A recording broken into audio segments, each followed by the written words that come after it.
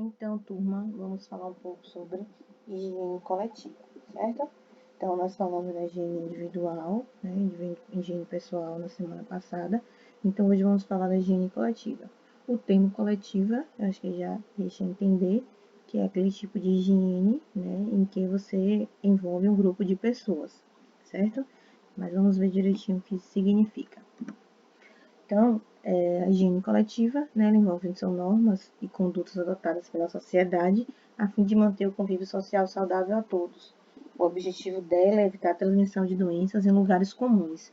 Então, nós falamos sobre a questão da higiene individual, que ela é feita justamente para prevenir as doenças, certo?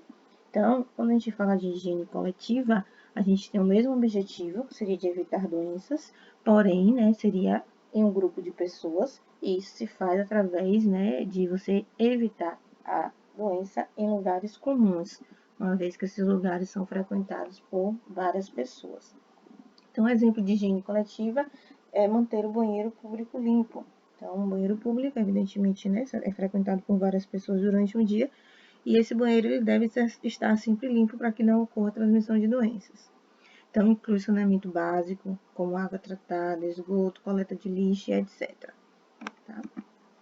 Então, saneamento básico e do meio ambiente. Né? Saneamento básico é um conjunto de procedimentos adotados numa determinada região, que visa proporcionar uma situação higiênica saudável para os habitantes. Tá? Então, você vai considerar determinada região seria, né, um local. Então, você visa proporcionar essa situação saudável, né, em termos de higiene, para as pessoas que vivem ali. Então, estes procedimentos do saneamento básico podemos citar o tratamento da água, esgotamento sanitário, limpeza pública de ruas e avenidas. Parece algo, né, meio óbvio e que todas as pessoas têm, mas na prática não.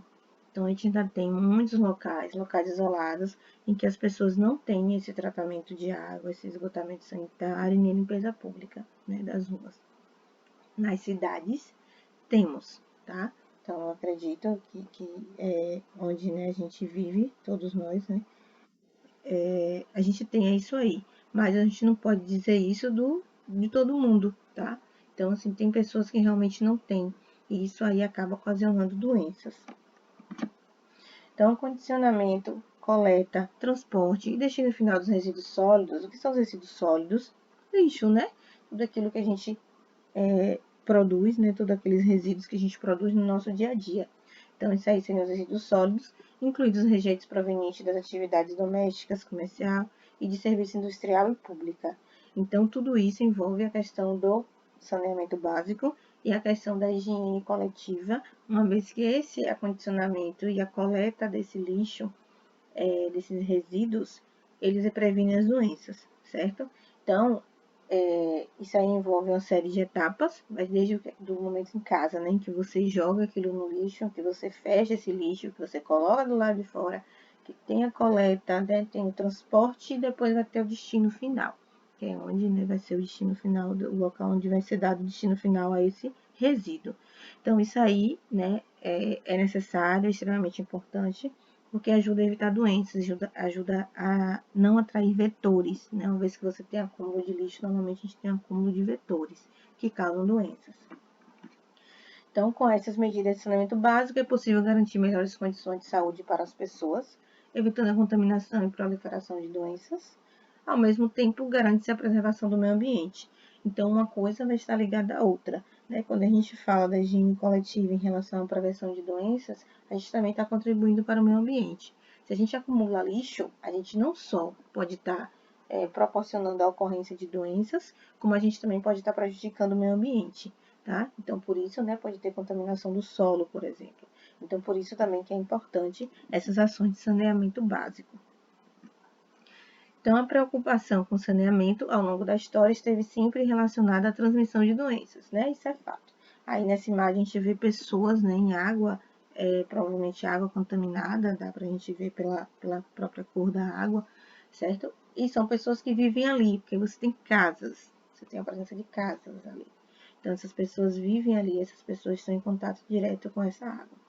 Então, historicamente, sempre houve uma preocupação em relação à transmissão de doença, até mesmo porque as pessoas, mesmo, né, antigamente, quando não se tinha muito conhecimento dessas doenças, elas sabiam, né, elas conseguiam observar que muitas doenças dessas eram ocasionadas pelo contato com esse tipo de resíduo, né, com esse tipo, nesse caso aqui, nesse tipo de esgoto.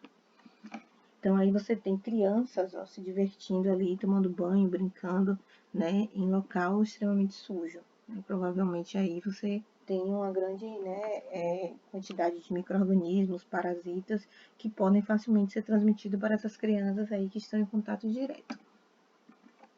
Então é importante destacar que todas as cidades devem garantir a universalização do acesso ao saneamento básico, né? Então, de fato, isso aí é papel do município, né, dos governantes, ter isso aí é questão de saúde para a população, ou seja, deve levar esse serviço a todas as residências, tá? Isso aí realmente deveria acontecer em todos os municípios, mas infelizmente temos regiões carentes que não acontecem.